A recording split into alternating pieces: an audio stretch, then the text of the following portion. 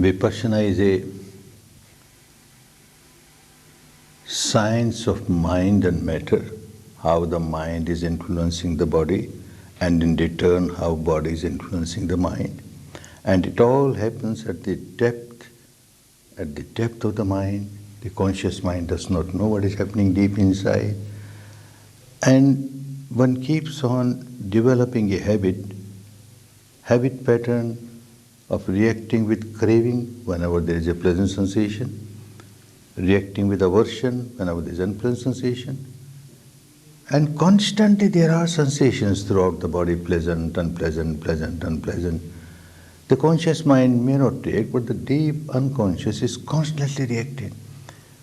It has become the slave of its own habit pattern of craving, aversion, craving, aversion. All other impurities of the mind, all other defilements of the mind are just product of these two, craving, aversion, craving, aversion. And whenever one generates craving or aversion, one loses the peace of the mind, the harmony of the mind, the balance of the mind. One becomes a miserable person. Without knowing that I am harming myself, one keeps on harming oneself. There are other techniques, we are not here to condemn them. Those techniques work at the surface level of the mind to calm the mind, perfectly all right, to purify the mind, perfectly all right, but just on the surface level or maybe slightly deeper. But this works, it starts working at the root level. The root level of the mind is constantly in contact with body sensations. Mind and matter are so interconnected, constantly, and there the habit pattern of craving aversion is going on. So you have to break that habit pattern, for which you have to go to the depth of the mind.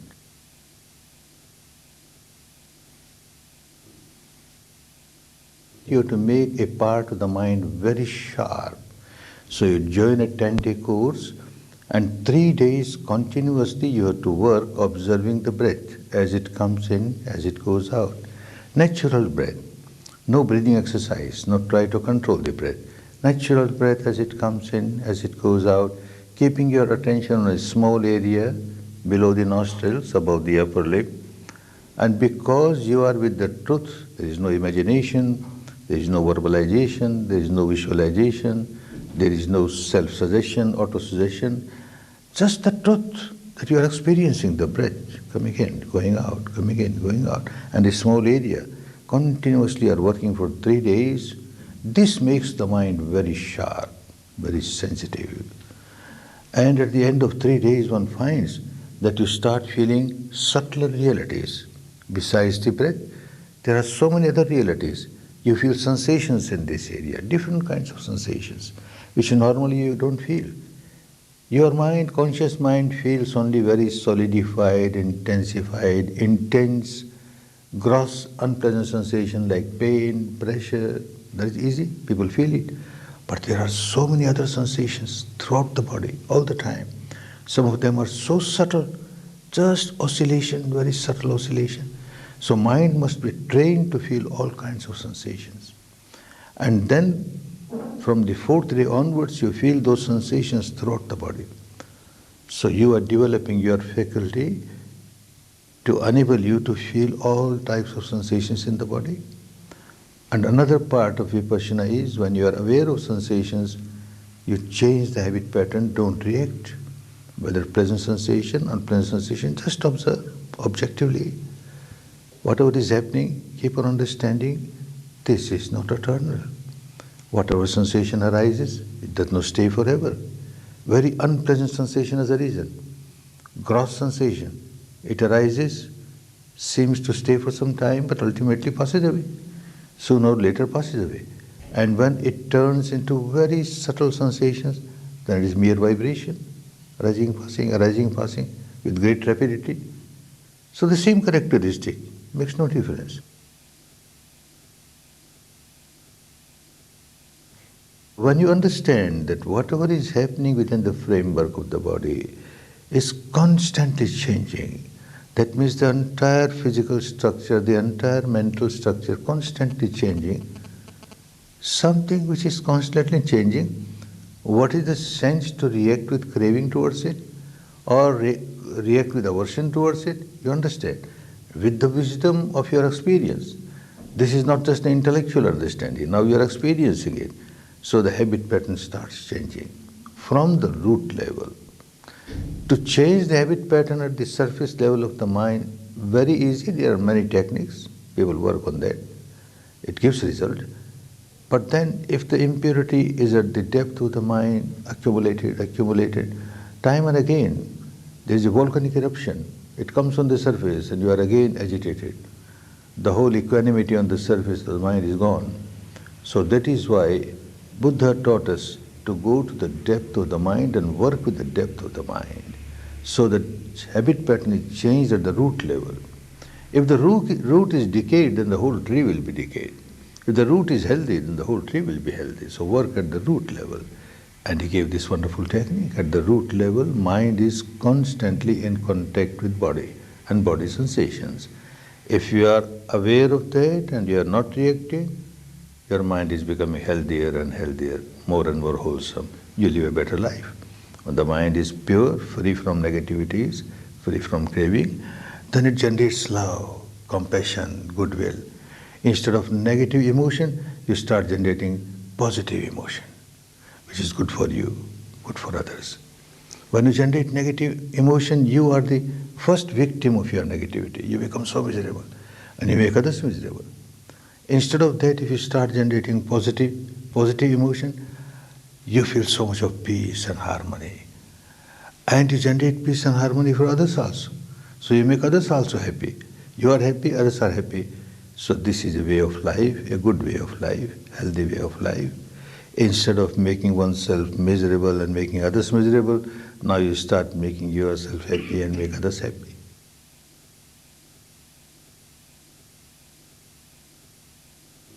This is acceptable by everyone because it is not connected with any religion.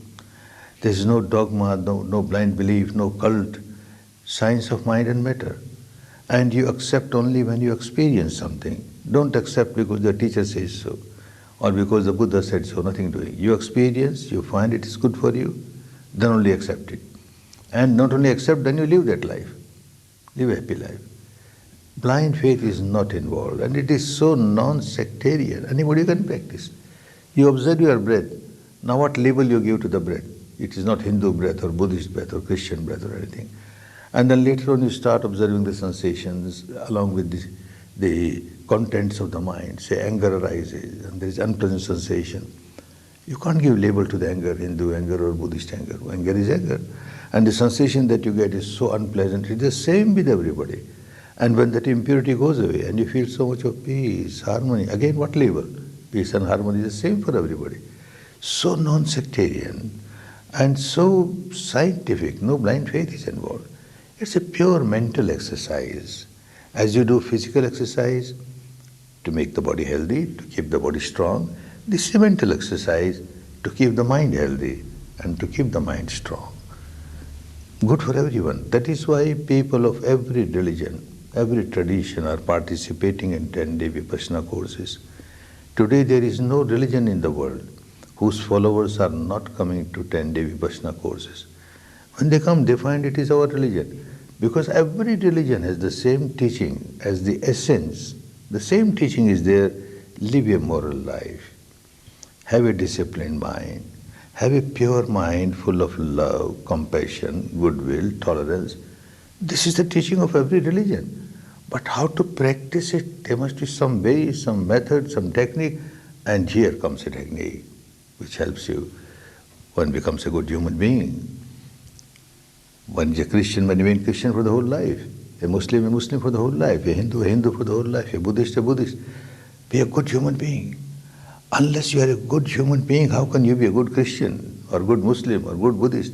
So the main purpose of this technique is to make people good human beings. Peace within. When there is peace within, there will be peace outside. Then only there will be real peace in the world. If the individual is all the time agitated, all the time full of negativity, where is peace? After all, the society is made of individuals. And individuals are so very much unhappy and miserable. And we talk of world peace, world peace. What world peace? There can't be world peace. individuals. Of course, it may take time, but once it starts, people will start understanding that there is a way by which, practicing which, we can live a better life. And people start coming. This is what is happening.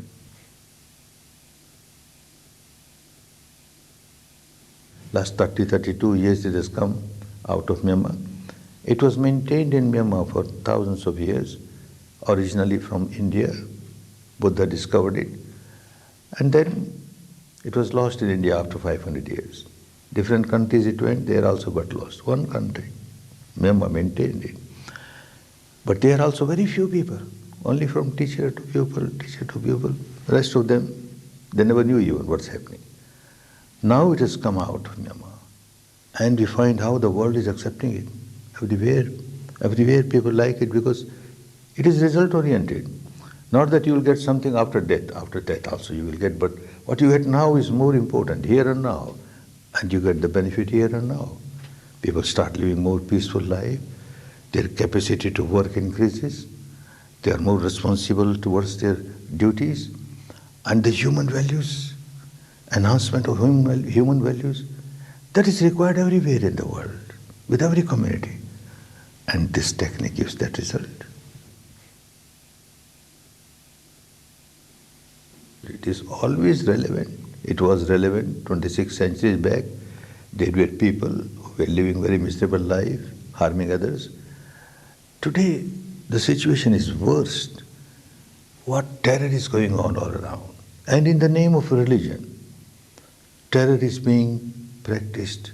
These terrorists, ignorant, because they don't know what they are doing. I see every religion, including the religion of the so-called terrorists, and terrorists is not limited to one community. Every religion has some terrorists. Those who are fundamentalist and extremist, and they say that my religion is the best religion, all other religions are useless, so everybody must accept my religion, get converted to my religion, then only you'll go to heaven, otherwise you'll go to hell. This kind of thought is harmful. Let people be happy with their own religion, with their own rites, rituals, ceremonies, belief. But the inner essence of every religion is the same. Live a moral life. Have a disciplined mind, a pure mind, full of love, compassion, goodwill, tolerance. If that is given more and more importance, then the other things are the surface of the mind, surface of the religion, which differs from one religion to another religion. Let people be happy with their own beliefs and dogmas and rites and rituals, but don't forget the inner essence. So this Vipassana helps you to give importance to the inner essence. Live a moral life, have a controlled mind, have a pure mind, full of love, compassion, goodwill, acceptable by every religion. So now there is a division between one religion and the other. Actually, if the religion divides, it is no religion. When it unites, then only it is a religion. And the inner essence of the religion is always uniting. The outer shell keeps on dividing. So don't give much importance to the outer shell where we differ. Give importance to the inner essence where we agree, all agree. And that is why I feel Vipassana is the answer to today's problem.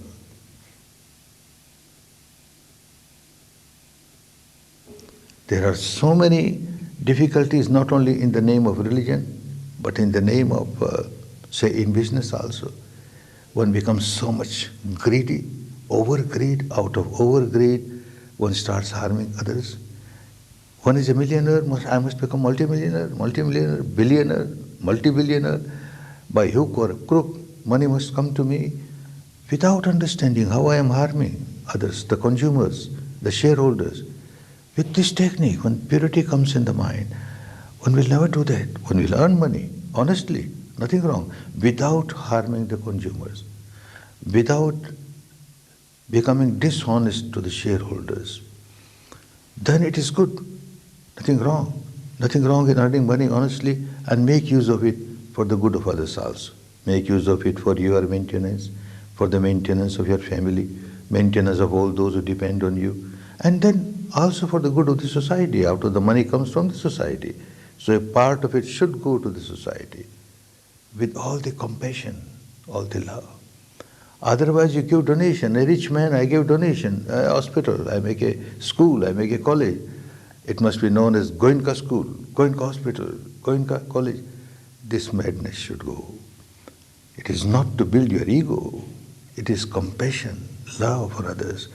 The volition must be more and more people get benefit from what I earn.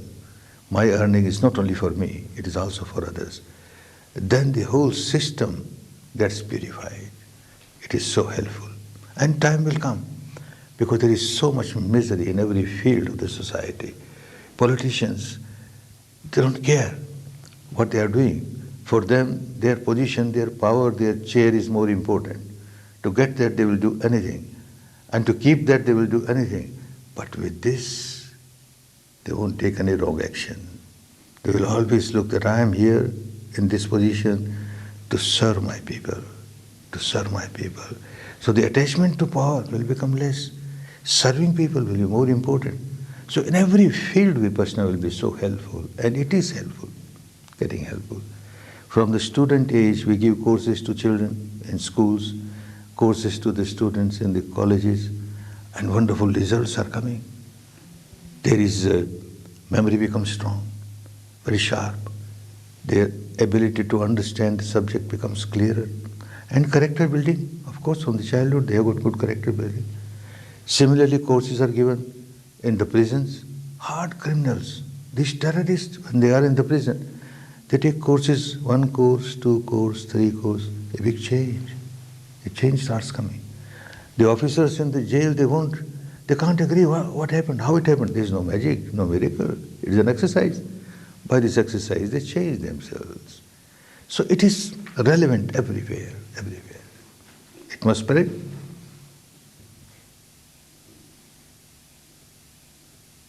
There is no complication of this philosophy, that philosophy, believe in this or not believe in this. That creates complication.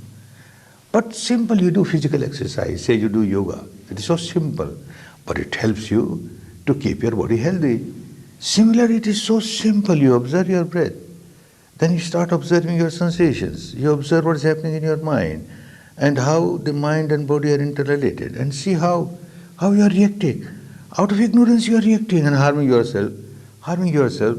When you realize that, you stop reacting. You don't harm yourself. Nobody wants to harm oneself. It is simple. Only when people have not taken a course, then they keep on thinking, oh, this is not my religion, this is another religion taught by Buddha, so it must be Buddhism. I also had the same fear in my mind, because I was born and brought up in a very staunch, conservative Hindu family, and this is Buddhism. No, not for me, not for me. Ultimately, I decided, when I heard all this, I decided, all right, let me take a 10-day course. As a trial, let me see. After giving the trial, I found it is the same in our religion also. It is the same with every religion, but no practice is there, mere theory. And that theory also gets complicated with this philosophical belief, that philosophical belief. My God will help me. My God will help those who are followers. And this God will help those who are followers of that. And that God, what we have done of the poor God? What we are doing? We have degraded all these things and given so much importance to these things. Not necessary. Importance must be given to morality, which is good for everyone. Let people believe in this God or this philosophy or that philosophy. Don't quarrel. Let them. Let people be happy with their own. But don't forget the essence. Essence of every religion is morality, humanity. That is given by this practice. And it is simple, certainly simple. 10 days people have to spare, which looks too much. Oh, 10 days, how can I give 10 days? But once you pass through it, you find these were the best days of my life.